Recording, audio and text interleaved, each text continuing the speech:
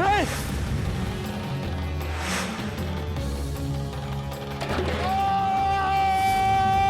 મેં કીધું તું ને રાજાજી બોલી શકે છે. મારી પાસે વાચા છે. કીર્તનદાસ હું મૂંગો નથી. આ છોકરાએ મારા પગ પર પથ્થર ફેંક્યો અને મારું ઘડું સજીવન થઈ ગયું. છોકરા હું બોલી શકું છું.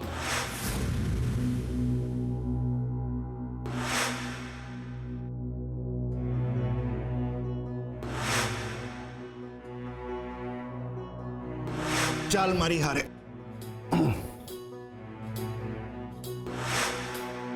અહીંયા થયેલી ઘટના અહીંયા સુધી જ રહેવી જોઈએ, બહાર ન જવી જોઈએ.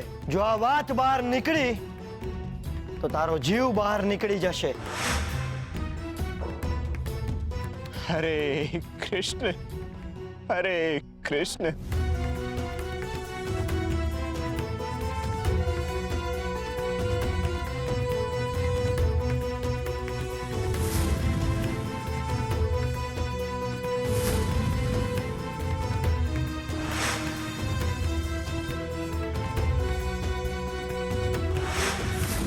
તમે શું બોલી રહ્યા છો?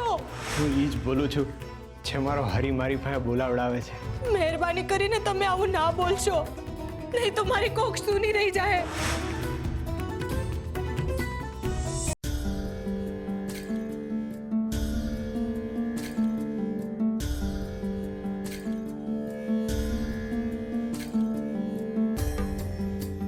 હે હરી,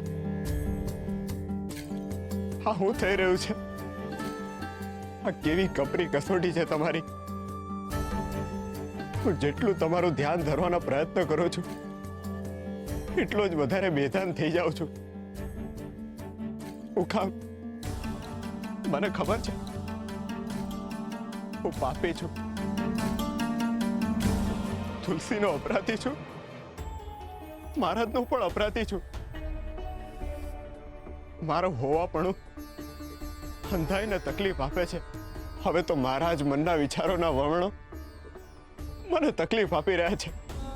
ગૃહસ્થી અને સંન્યાસીની વિચારધારા વચ્ચે હું અટવાઈ ગયો છું. મને હવે ગુંગળામણ થાય છે. કોઈ અંધારી ઓરડીમાં મને પૂરીને જતું રહ્યું હોય ને એવો અનુભવ થઈ રહ્યો છે. નાથ, મને પીડા થઈ રહી છે. આ અનુભવમાંથી મને બહાર કાઢો. મને અનુભવમાંથી બહાર કાઢો મારા હરી. ભાઈબંધ, તમે ક્યાં છો? કૃષ્ણ ક્યાં છો તમે?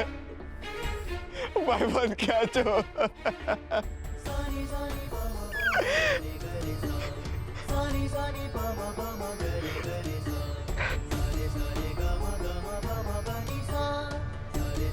હરે કૃષ્ણ, હરે કૃષ્ણ.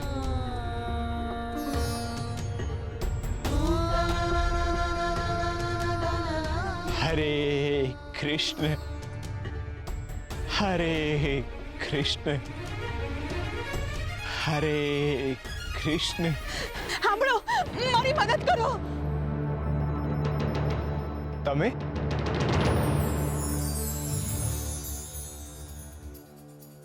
હા, હું. તમે જટ અંદર આવી જાઓ. આ સૈનિકો આપણને વાતો કરતા જોઈ જશે ને તો ફરી મને લઈ જશે. અરે પણ મેં તમને પાદર સુધી જવાની દિશા બતાવી હતી ને. હા, હું ન્યાય ગઈ હતી. અન્યાયી સૈનિકો છે એટલે હું ન જઈ શકી. હવે તમે જ મારી મદદ કરો. મને એક વાત સમજાતી નથી. હું જ્યાંથી જાઉં છું ત્યાં તમે જ મારી સામે કેમ આવી જાઓ છો? આશ્ચર્ય તો મને પણ એ વાતનું જ થાય છે કે રાજમહેલમાં તમે મને મળ્યા, માર્ગમાં તમે મને બચાવી, અને અત્યારે જ્યારે હું મુસીબતમાં છું તો તમે જ મારી સામે આવ્યા. એક વાત કહું, હું જ્યારે તમને મુસીબતમાંથી કાઢું છું ને ત્યારે હું મુસીબતમાં મુકાઈ જાઉં છું. મારા મનની દુવિધાઓ વધતી જાય છે. હરી કેમ આવા સંજોગો ઊભા કરતા હશે? મને લાગે છે કે આમાં હરીની જ કંઈક ઈચ્છા હશે.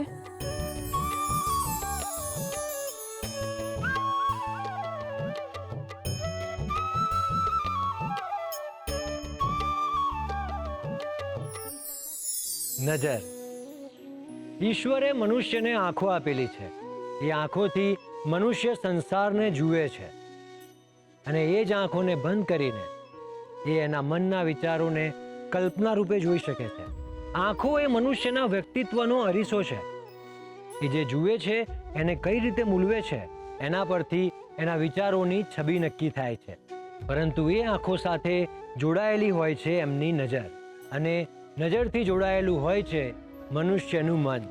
આંખો સામે આવતી દરેક પ્રતિકૃતિને મનુષ્યનું મન પોતાની રીતે મૂલવે છે અને પોતાની રીતે એનો અર્થ કાઢે છે. ખરાબ મનના મનુષ્ય ના શુભ જોઈ શકે છે, ના જોયેલી વસ્તુને શુભ રીતે મૂલવી શકે છે. એ ઈશ્વરે આપેલી આંખો અને દ્રષ્ટિ બંનેનું અપમાન છે. અને એટલે જે હરિભક્તિ કરે છે એની નજર હંમેશા સાફ હોય છે. આંખો સાફ કરવાથી છબી સ્પષ્ટ થાય છે, પરંતુ મન સાફ કરવાથી નજર સ્પષ્ટ થાય છે.